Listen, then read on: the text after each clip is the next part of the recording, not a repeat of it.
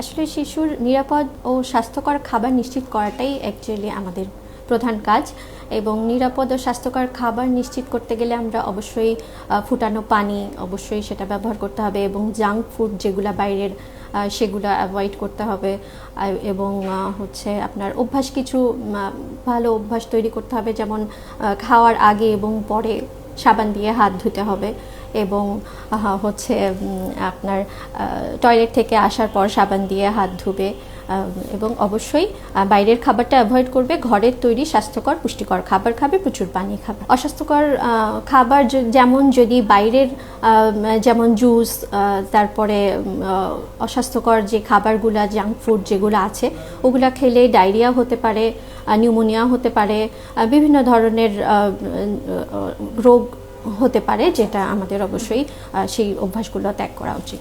আমি যদি স্পেসিফিক্যালি যাই, ডায়রিয়া প্রতিরোধ করতে আমি একটু আগেই বলেছি যে বিশুদ্ধ পানি অবশ্যই খেতে হবে এবং ডায়রিয়ার একটা ভ্যাকসিন আছে যেটা 6 মাস পর থেকেই দেয়া যায়, 8 মাসের মধ্যে 3টা ডোজ কমপ্লিট করতে হবে। একটা ওরালি ভ্যাকসিন আছে আমাদের দেশেই, ওটা তৈরি হয়, ওটা দিলে অনেকাংশে ডায়রিয়া প্রতিরোধ করা সম্ভব। এবং সর্দি কাশি যেটা জ্বর, এটা তো আসলে প্রতি বছরই বাচ্চাদের ইনফ্লুয়েঞ্জা হয়ে থাকে, নিউমোনিয়া হয়ে থাকে।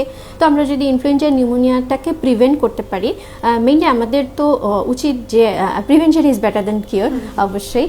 তো সেই জন্য আমরা কিছু ভ্যাকসিন ইউজ করতে পারি এবং অবশ্যই বাচ্চাদেরকে স্বাস্থ্যসম্মতভাবে থাকতে হবে, এটাই। খাদ্যাভ্যাস অবশ্যই ইম্পর্টেন্ট, আমি তো একটু আগেও বলেছি সেটা, যে পুষ্টিকর খাবার দাবার, প্রচুর পরিমাণে শাকসবজি খেতে হবে এবং প্রোটিন জাতীয় খাবার, আসলে সুষম ব্যালেন্স ডায়েট যেটা বলে, সুষম খাবার আমাদেরকে অবশ্যই প্রত্যেক মিলে এটা থাকতে হবে।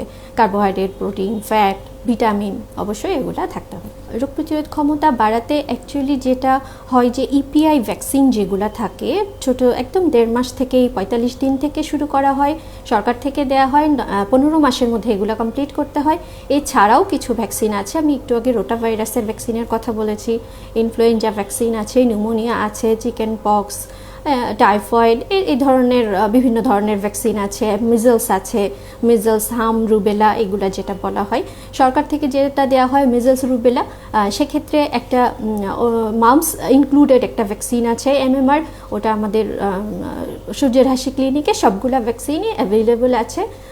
সবাই ইপিআই ভ্যাকসিন কমপ্লিট করার পর অবশ্যই এই প্রাইভেট ভ্যাকসিনগুলোও অবশ্যই নেওয়া উচিত, তাহলে রোগ প্রতিরোধ ক্ষমতাটা বাড়বে বাচ্চাদের, আমাদের শিশুরা ভালো থাকবে, সুস্থ থাকবে।